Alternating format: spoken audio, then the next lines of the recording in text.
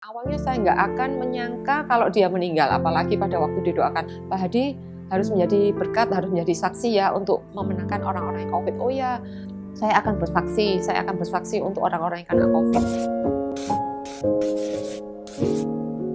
Saya menikah tahun 1989.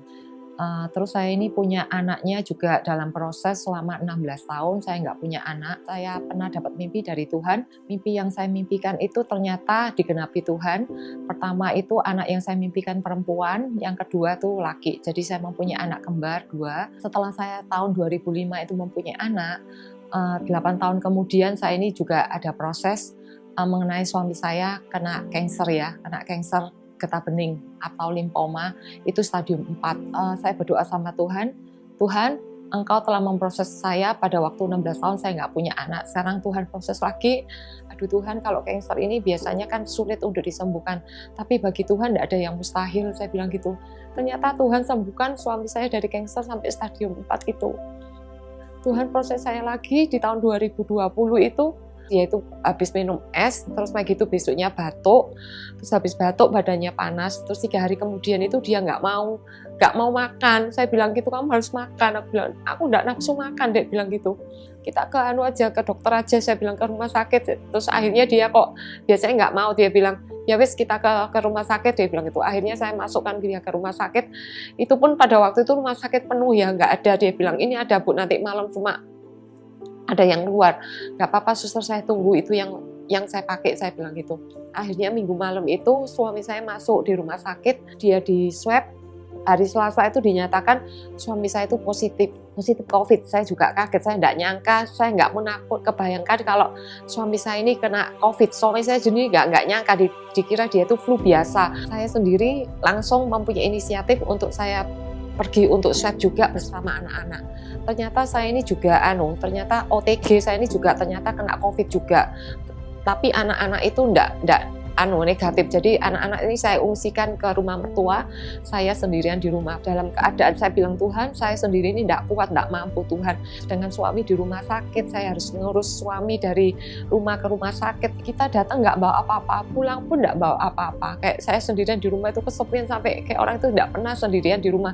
Terus kebetulan kan kita ada di Menara Doa, kebetulan kayak Ci Yeni bareng terus sama Wijen, terus dia telepon, "Pak Hadi doa ya, doa maksudnya Tuhan nanti pasti kasih mujizat sama Pak Hadi akan sembuh."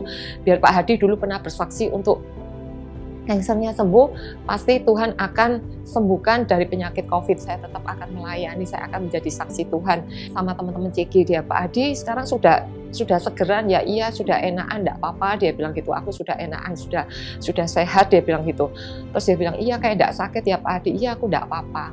Enggak taunya pas pada hari Rebo itu pihak dari rumah sakit telepon bahwa Pak Hadi ini ngedrop, harus dipindahkan ke ruang oksigen, soalnya oksigennya mulai turun. Jadi pada waktu di rumah sakit itu saya sudah kedrop, saya juga takut, saya khawatir, asalnya saya ini yakin dan percaya kayak suami bahwa dia akan sembuh. Saya bilang, "Aku yakin Tuhan pasti suami saya akan sembuh."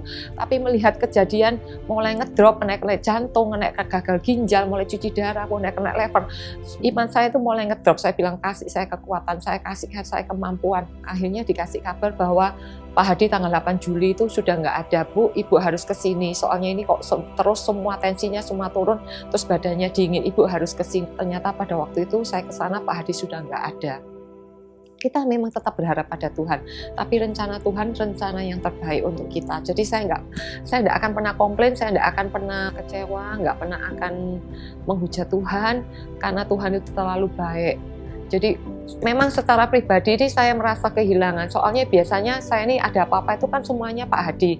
Ditinggal suami ini saya juga barusan ini opnam, saya juga barusan masuk rumah sakit. Jadi pada waktu saya masuk rumah sakit saya juga merasakan kesendirian.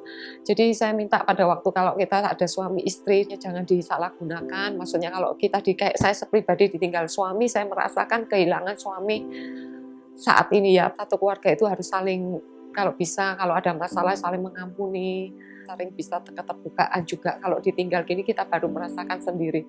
Biasanya kalau masih ada suami, biasanya kita minta menang sendiri, minta kita selalu benar. Tapi setelah nggak ada suami, kita bisa merasakan bahwa pendamping itu perlu. Jadi pada waktu kita dihadapi proses, kita nggak perlu takut. Karena karena saya yakin dan percaya bila kita dekat ambil Tuhan, Tuhan selalu menyertai. Memang secara manusia nggak kuat, tapi Tuhan yang memampukan. Tidak ada jalan lain. Hanya Tuhanlah yang memberi kita kekuatan, hanya Tuhanlah yang bisa selalu menopang kita. Tuhan selalu mempunyai 1000 cara untuk yang kita alami. Jadi jalannya Tuhan itu pasti ada lah.